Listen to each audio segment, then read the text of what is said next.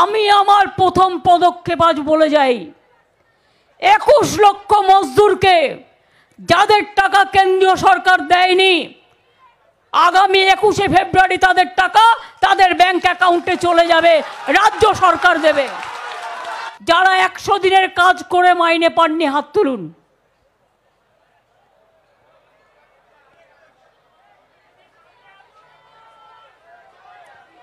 আপনারা আমার কাছে কি আশা করেন?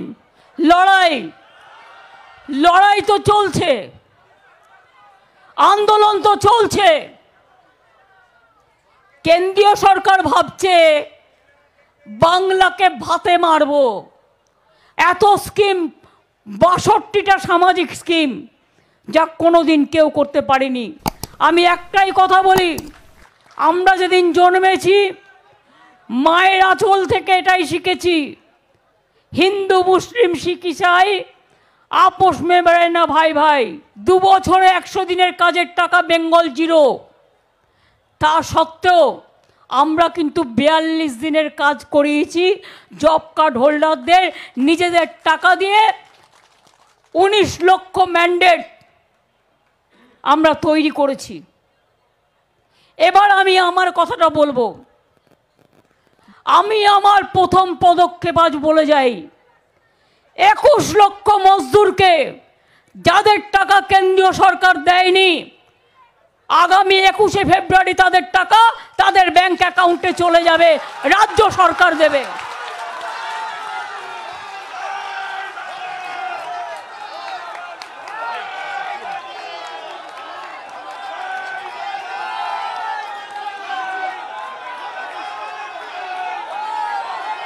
ব্যাংকের অ্যাকাউন্টে চলে যাবে 21শে ফেব্রুয়ারি। আর আবাসন 11 লক্ষ ক্লিয়ার করেও করেনি। আমি আবাসনেরটা আজকে বলবো না, আমি ঠিক টাইমে আবার বলবো। বিশ্বাস রাখবেন, ভরসা রাখবেন আমরা বিজেপির প্রতি। আমরা মনে রাখবেন, আমরা ভিক্ষে চাই না, আমরা জয় করতে চাই। আমরা কথা দিলে কথা রাখি। টাকা কোথা থেকে আসবে? মানুষের টাকা, মাটির টাকা, মজুরির টাকা, কাজের টাকা। আমি সবাইকে বসতে অনুরোধ করব একবার।